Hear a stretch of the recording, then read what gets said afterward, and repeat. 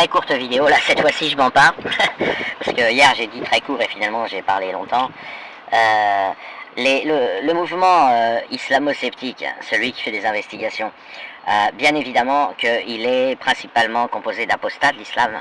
J'ai déjà fait une vidéo longue là pour le coup pour expliquer pourquoi ce sont les apostats qui connaissent le mieux l'islam, les apostats de l'islam, maghrébins, noirs, enfin d'Afrique, en provenance d'Afrique subsaharienne, parfois venant du Moyen-Orient, dont la langue arabe est la langue maternelle. Et quand ils relèvent des contradictions dans le Coran, il y en a 916 en tout.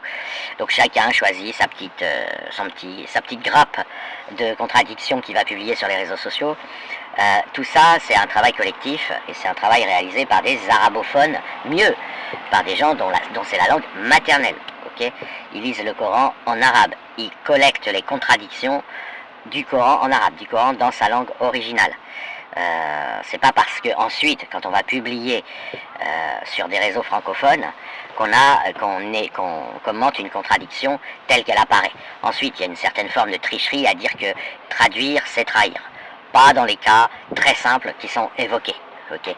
Dans les cas très simples qui sont évoqués, on pourrait le faire en français. Il se trouve que pour des raisons de sérieux, on prend le Coran, on prend les tafsirs, on prend les travaux islamiques en arabe, dans la langue originale, et on fait un travail collectif, et on a des banques de contradictions du Coran thématiquement classées sur des sites internet. On peut mettre les liens, d'ailleurs il y en a qui sont connus, il y en a d'autres qui sont un peu austères, parce que c'est des, comment dire, c'est des pages qui s'affichent en mode dossier, noir sur blanc, enfin bleu sur blanc, avec les liens bleus.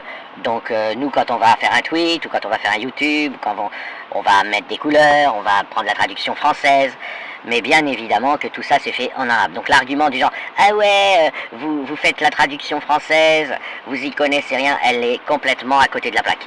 Le mouvement islamo-critique, c'est un mouvement arabe, arabophone.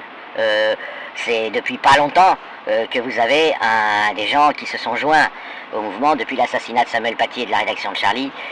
Au début, très timidement, au moment de la condamnation à mort de Salman Rushdie, on avait été alarmés, mais il n'y avait pas de mouvement qui s'était constitué, il n'y avait pas vraiment d'internet à l'époque. Voilà. Mais ensuite, quand le mouvement s'est constitué, même s'il est anonyme, même si chacun est un arobase anonyme, les banques, tout ça, c'est fait sérieusement. Vous avez des sites internet .net, hein, vous avez tout ce qu'il faut, vous avez des pages, vous avez la page d'aposta.fr par exemple, l'aposta Kafir, qui est parfaitement arabophone. Voilà, il n'y a pas cette histoire de oui, la traduction, vous vous basez sur la traduction ou vous faites une sortie de contexte, pas du tout.